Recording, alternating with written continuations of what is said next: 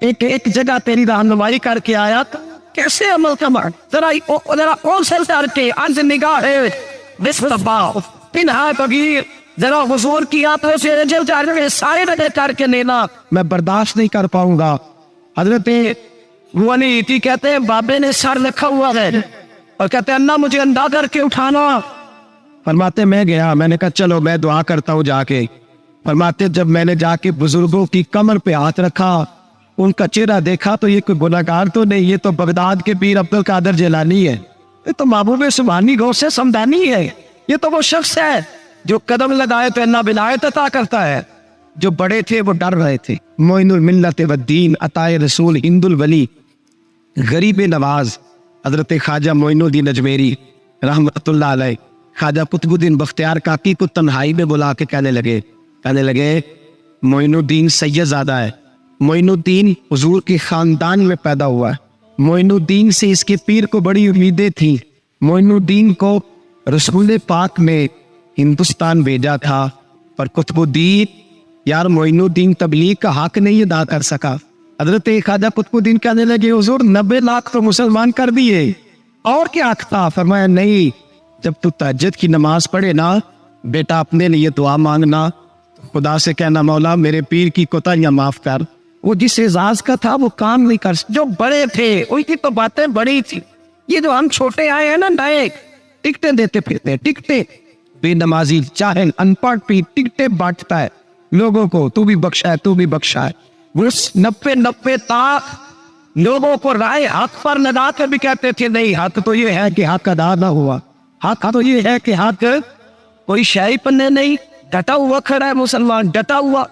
یہ صاحب سنے، کسی نے حضرت ابو ہریرہ سے کہا کہ کوئی ایسی حدیث سناؤ جو آپ کو بھی بڑی محبوب ہو۔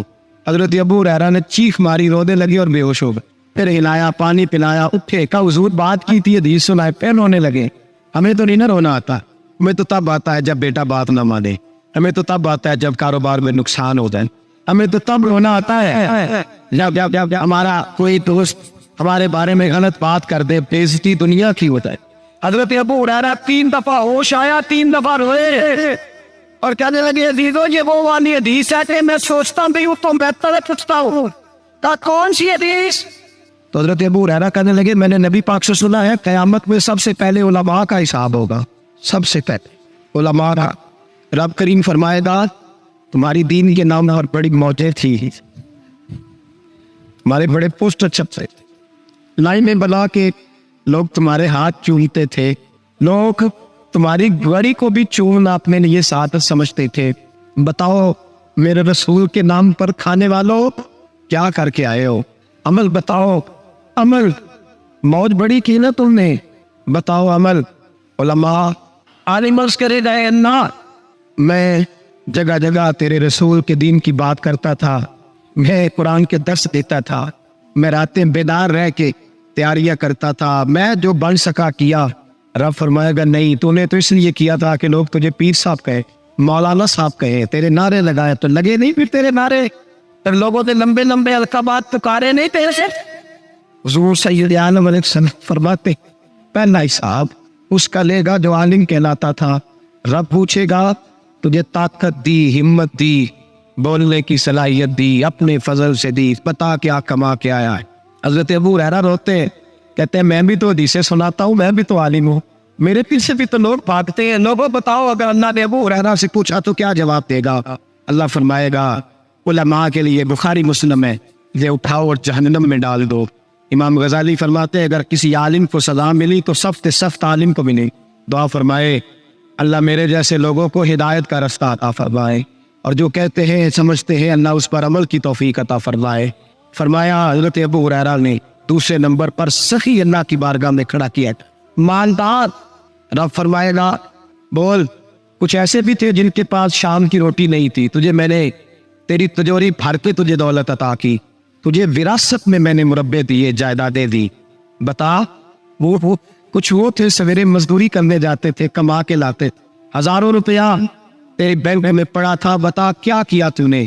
اے اللہ میں نے مسجد میں دیے، مدرسے میں دیے، 30 دن افطاریاں پکاتا رہا۔ اللہ فرمائے گا تو جھوٹ بولتا ہے، تو سارا کچھ اس لیے کرتا تھا کہ لوگ تجھے سخی کہیں، हाँ हाँ तेरा ऐलान हुआ मस्जिद में, लोगों ने कहा वो देखो कितने पैसे दे रहा है, इसका वो देखो नाम लिखा हुआ है अस्पताल के एक कोने में कि ये वाला ब्लॉक फलां सेठ साहब ने बनाया, ये देखो लिखा हुआ है कि ये कमरा मदरसे का इसने बनाया, तो लिख दिया गया, नारे नाच दे अब जा दौड़ जा, अल्लाह जहन्नम में फेंक देगा। फरमाया फिर शहीद खड़ा किया जाए। हाँ भाई तुझे ताकत दी, हिम्मत दी, बता कहाँ खर्च, कहाँ?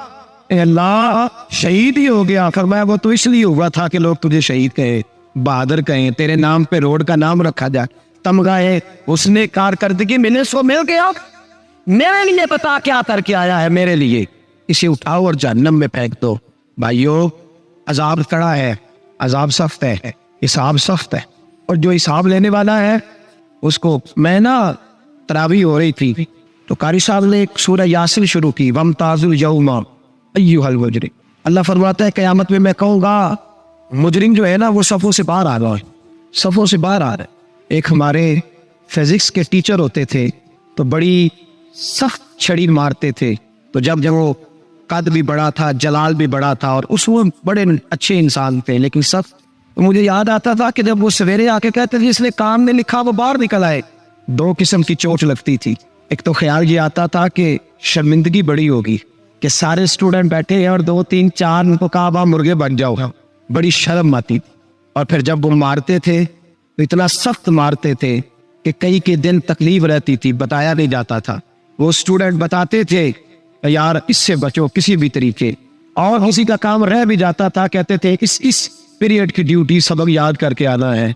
सख्त टीचर के बारे में तेरा मेरा ये रवैया है।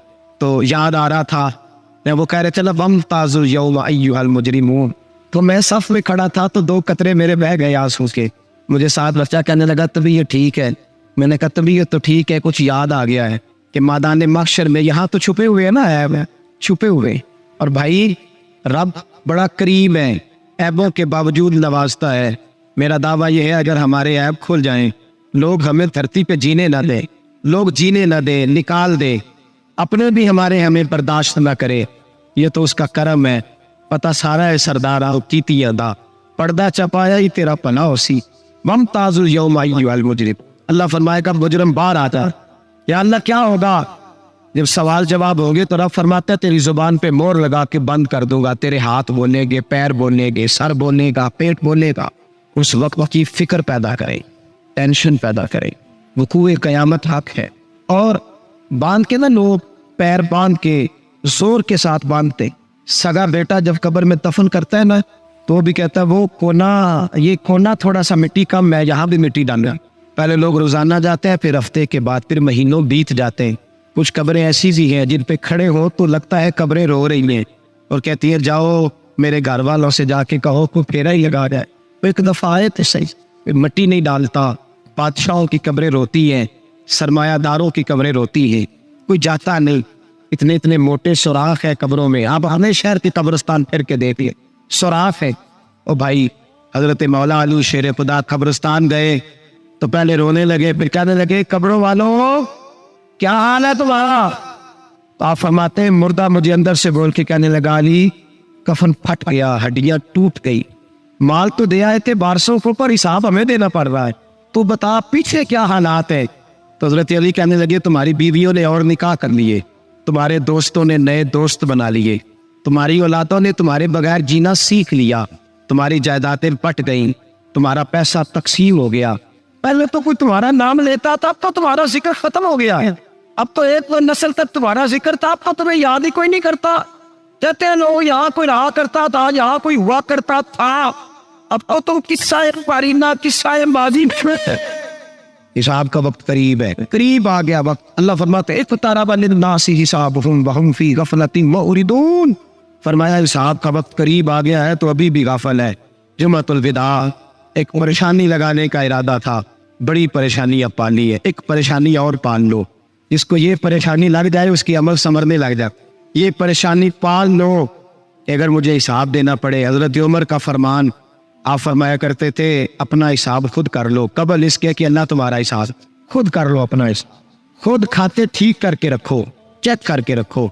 मेरी दुआ है अल्लाह पाक हमें उनमें शामिल करे जिनको वो माफ करने वाला है। आमीन।